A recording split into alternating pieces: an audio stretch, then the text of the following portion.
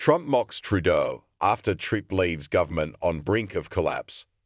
Donald Trump wasted no time in mocking Canadian Prime Minister Justin Trudeau on Monday night after one of his most powerful and loyal ministers resigned from the cabinet. Trudeau, to which Trump called him governor, was facing the biggest test of his political career after Finance Minister Chrystia Freeland sensationally quit after clashing with Trudeau on issues including how to handle possible US tariffs. The great state of Canada is stunned as the finance minister resigns or was fired from her position by Governor Justin Trudeau, Trump posted on Truth Social on Monday night, jibing at the Canadian PM. Her behaviour was totally toxic and not at all conducive to making deals which are good for the very unhappy citizens of Canada. She will not be missed. Freeland's resignation dealt an unexpected blow to Trudeau's already unpopular government.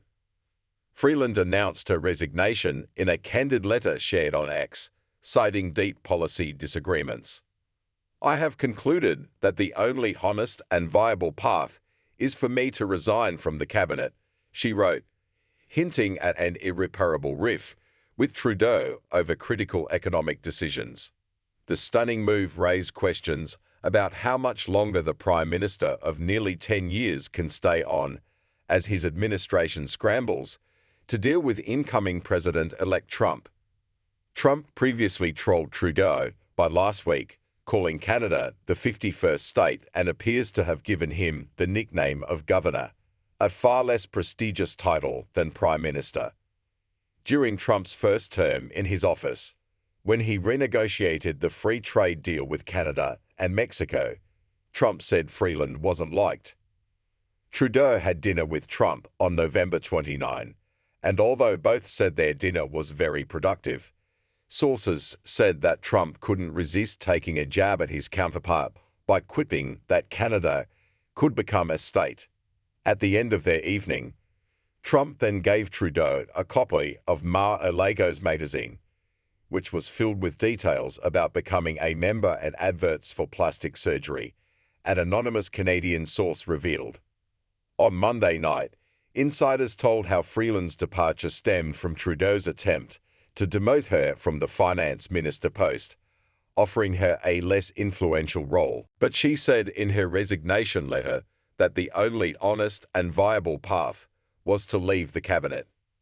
"For the past number of weeks, you and I have found ourselves at odds about the best path forward for Canada," Freeland said. The tipping point came as Trump threatened to impose a punishing 25% tariff on Canadian imports, a move that could cripple Canada's economy. In Freeland's resignation letter, she framed Trump's intended policies as an existential threat. "Our country today faces a grave challenge.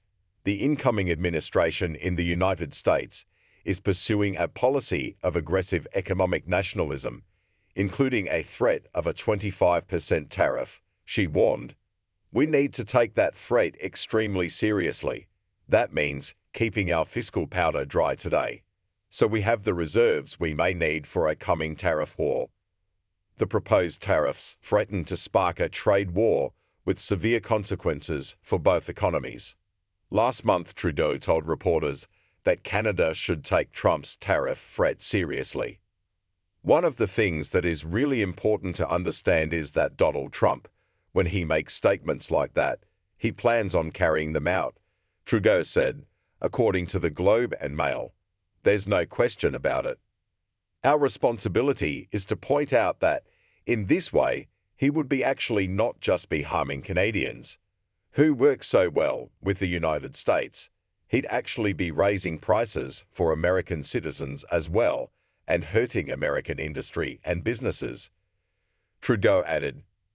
The president-elect touted tariffs during his 2024 campaign as a way to bend other countries to his will, though critics pointed out that the cost of import taxes are generally passed on to the consumer. Trump won a second term, in part because he pledged to be better on the economy than President Joe Biden and later Vice President Kamala Harris, as Americans are still feeling financially challenged by high prices in the aftermath of the COVID-19 pandemic. Back in Canada, Freeland and Trudeau also disagreed about a 2-month sales tax holiday and $250 checks to Canadians that were recently announced. Freeland said Canada is dealing with Trump's threat to impose sweeping tariffs and should eschew costly political gimmicks it can ill afford. Trudeau swiftly named longtime ally and close friend Dominic LeBlanc, the public safety minister, who recently joined him at dinner with Trump at Mar-a-Lago last month, to replace Freeland. Freeland did not go on the trip to Florida.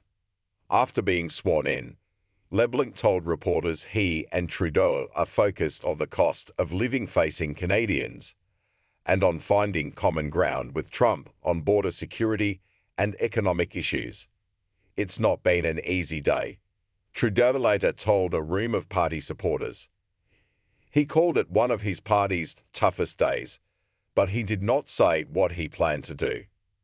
Freeland, who chaired a cabinet committee on U.S. relations, had been set to deliver the fall economic statement and likely announce border security measures designed to help Canada avoid Trump's tariffs. Trump has threatened to impose a 25% tax on all products entering the U.S. from Canada and Mexico unless the neighbors stem the numbers of migrants and drugs. Trudeau has said he plans on leading the Liberal Party into the next election, but many party members have said they don't want him to run for a 4th term, and Freeland's departure was a huge blow. Trudeau met with his lawmakers on Monday evening. Later, most of them brushed past reporters, declining to say what was said in the meeting. No Canadian Prime Minister in more than a century has won 4 straight terms. The federal election has to be held before next October. Trudeau channeled the star power of his father, late Prime Minister Pierre Trudeau, in 2015, when he reasserted the country's liberal identity after almost a decade of Conservative Party rule. But Canadians are now frustrated by the rising cost of living and other issues, including immigration increases following the country's emergence from the COVID-19 pandemic. Justin Trudeau's legacy includes opening the doors wide to immigration. He also legalized cannabis and brought in a carbon tax intended to fight climate change. Freeland also said in her letter that Canadians know when we are working for them, and they equally know when we are focused on ourselves. Inevitably, our time in government will come to an end.